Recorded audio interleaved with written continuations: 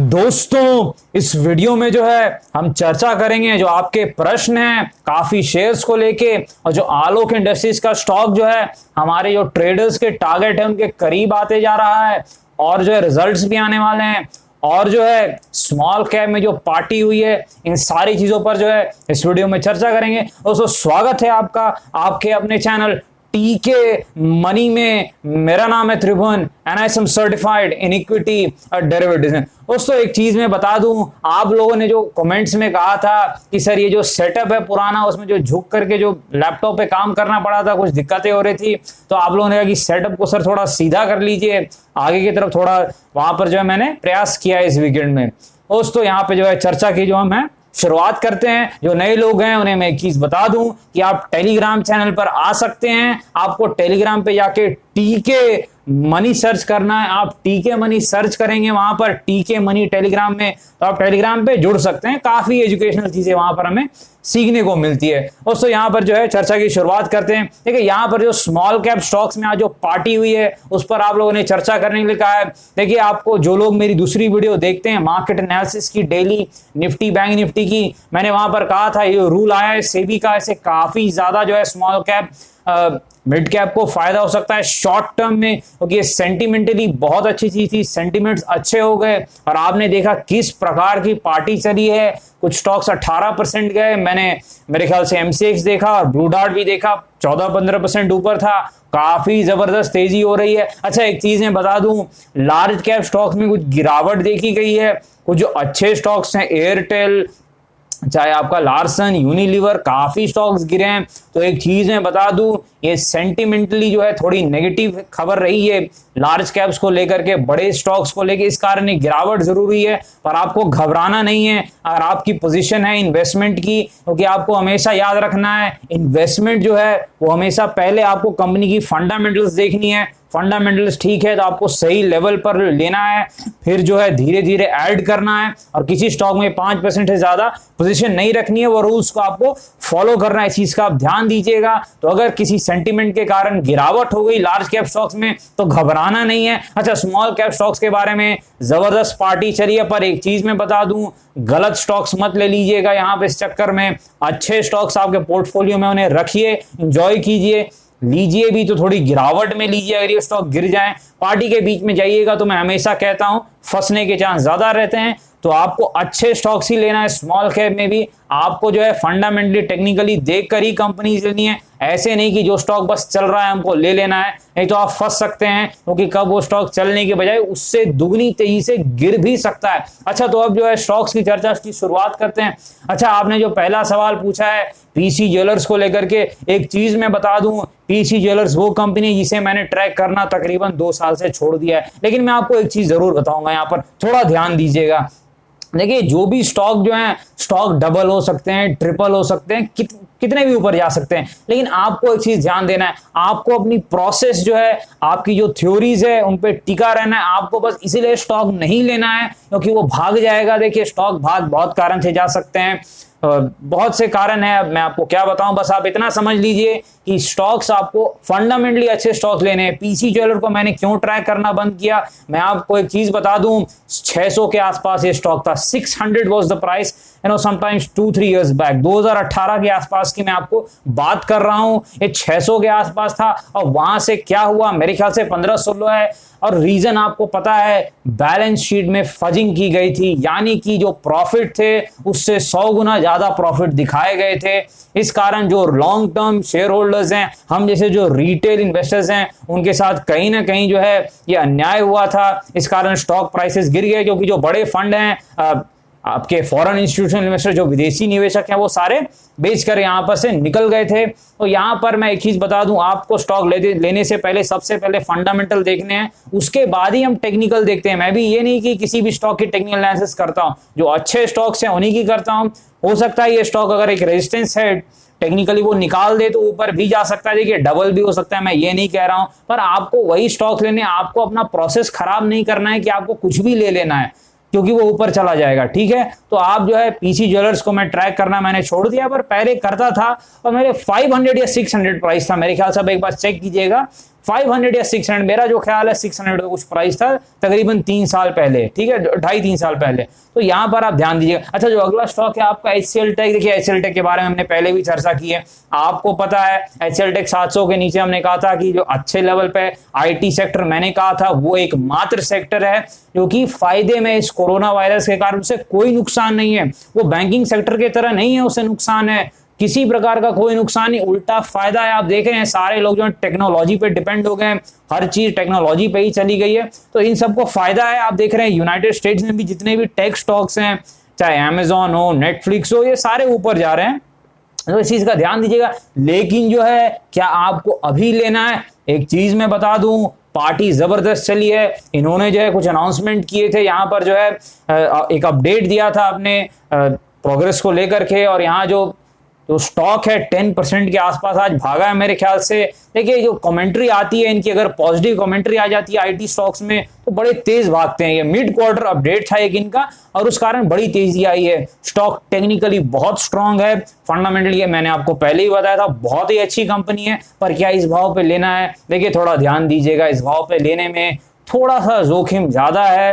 जोखिम फंडामेंटली तो बिल्कुल नहीं, बहुत अच्छी कंपनी, टेक्निकली एक ही चीज है, अगर आप ऊपर के भाव पर लीजिएगा हो सकता है आपको थोड़ा सा, अगर मान लीजिए या कंसोलिडेट होने लगे तो आपको प्रॉफिट बुकिंग आने लगे, थोड़ी दिक्कत हो सकती है। वैसे टेक्निकली बहुत स्ट्रांग स्टॉक है, मैं ट्रेडिंग के लिए भी इसको रडार पे रखूंगा और हो सकता है टेलीग्राम चैनल पर भी डिस्कस करूं अगर दिखे तो ये आप ध्यान दीजिएगा। ये पोर्टफोलियो का स्टॉक है, लेकिन प्राइस जो है वो थोड़ा सा अगर नीचे मिले तो ठीक रहे।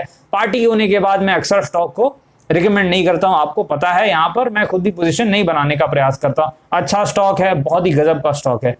अच्छा, मैकडॉवेल के बारे में आप जानते हैं, यूनाइटेड स्पिरिट्स के बारे में आप जानते हैं ये किस सेगमेंट में काम करते हैं, सारी चीजें आपको पता ही है। इस सेक्टर का क्या ग्रोथ है आपको पता है। लिक्विड सेक्टर जो है, शराब की जो है क्या मांग है पूरी दुनिया भर में, और भारत में भी उम्मीद है कि शराब की मांग बढ़ेगी। तो इस कारण से जो है सेक्टर एवरग्रीन सेक्टर रहा है, ग्रोथ की कोई समस्या नहीं रही है।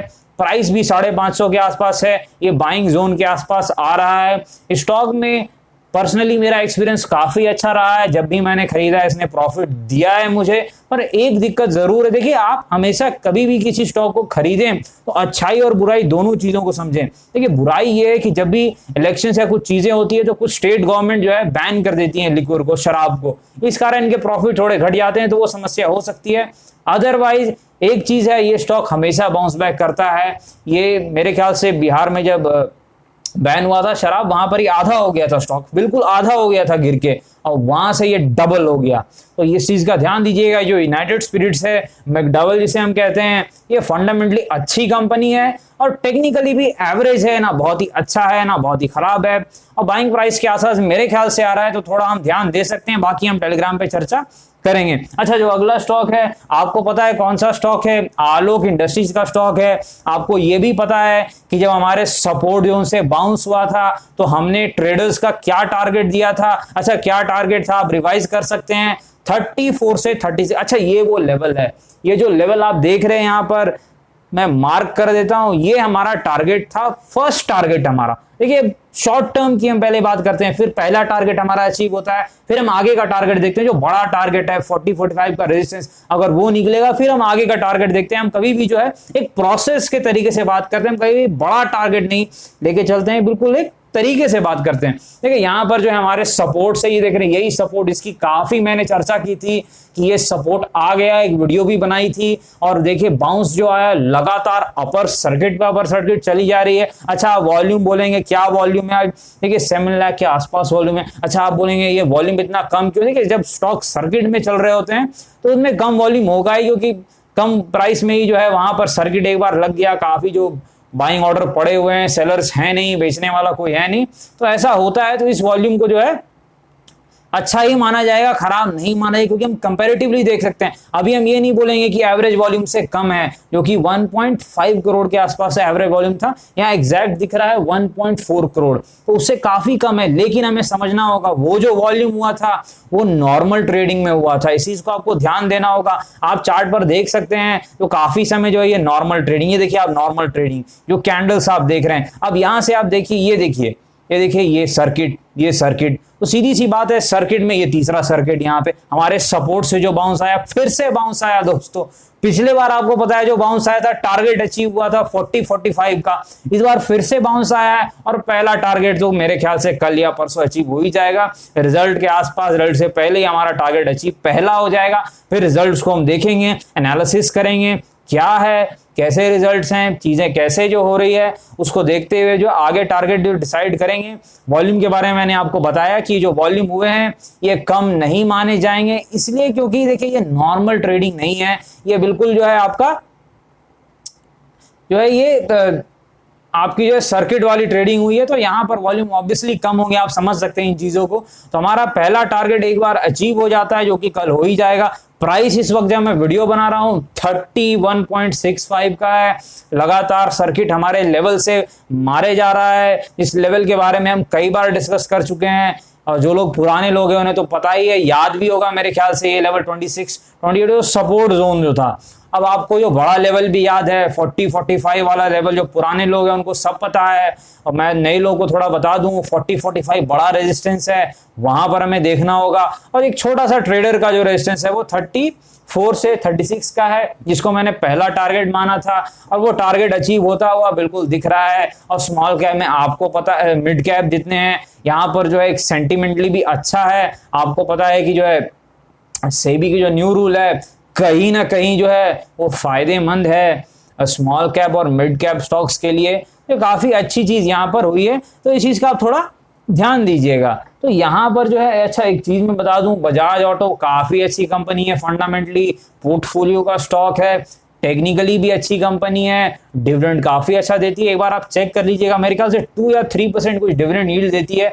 ये स्टॉक मैंने काफी वक्त पोर्टफोलियो में रखा है, तो मुझे काफी पता है, इसकी टेक्निकल एनालिसिस में बिना देखे भी कर सकता हूं, क्योंकि काम काफी किया है मैंने स्टॉक में। अच्छा स्टॉक है, पोर्टफोलियो का स्टॉक है, बाय ऑन डिप्स है, क्योंकि आपको पता है जिस सेक्टर में काम कर रहे हैं यहां पर अगर ये प्रयास करें, देखिए एक्सपोर्ट भी करते हैं, सिर्फ इंडिया पे डिपेंडेंट नहीं है, ये नहीं कि इनके प्रोडक्ट जो है सिर्फ इंडिया में बिक रहे हैं, एक्सपोर्ट भी करते हैं बाहर में। मेरे ख्याल से एक बार आप चेक कीजिएगा 50 या 60% तो इनका जो है वो एक्सपोर्ट ही हो जाता है, तो काफी जो है इनके लिए फायदेमंद है। ये हर स्थिति में काम कर सकते हैं, वायरस की स्थिति में भी इन्होंने जो है ठीक प्रदर्शन किया था, और यहाँ पर अच्छा काम कर रही है ये कंपनी, बिल्कुल पोर्टफोलियो का स्टॉक है, रडार में और वॉच लिस्ट में रखिएगा। अच्छा अगला जो स्टॉक है यस बैंक के बारे में आपको पता है, आज बैंकिंग स्टॉक बिल्कुल लूट गए, काफी जबरदस्त गिरावट हुई, पर यस बैंक बच गया, 14.8 के आसपास आ गया है। यस बैंक एक ऐसा स्टॉक है जो बिल्कुल रेंज बाउंड हो गया है, अब यहाँ पर ना गिरता है ना ऊपर। हमारा जो लॉन्ग टर्म सपोर्ट है 12 के आसपास, हमारा जो टारगेट है मेरे ख्याल से जो रेजिस्टेंस है वो 16-18 के बीच का लेवल है, तो बिल्कुल बीच में लग रहा है। यहाँ पर यस बैंक जो है ठीक प्रदर्शन कर रहा है, इसमें कोई शक नहीं, क्योंकि अगर गिरते हुए मार्केट में कोई स्टॉक ऊपर जाए तो उसे हम अच्छा ही मानते हैं। इस चीज पर आप थोड़ा ध्यान दीजिए। अच्छा दोस्तों, यहाँ पर जो है वीडियो ठीक लगी तो आप लाइक कर सकते हैं, सब्सक्राइब करके चैनल में नोटिफिकेशन में ऑल क्लिक कर सकते हैं। और आपको पता है ये वीडियो जो है ये एजुकेशनल और इन्फॉर्मेशनल पर्पस के लिए बनाई गई है, तो कृपया अपने वित्तीय सलाहकार से संपर्क करके कोई भी फैसले लें। बाजार में अनेक प्रकार की जोखिम है। धन्यवाद।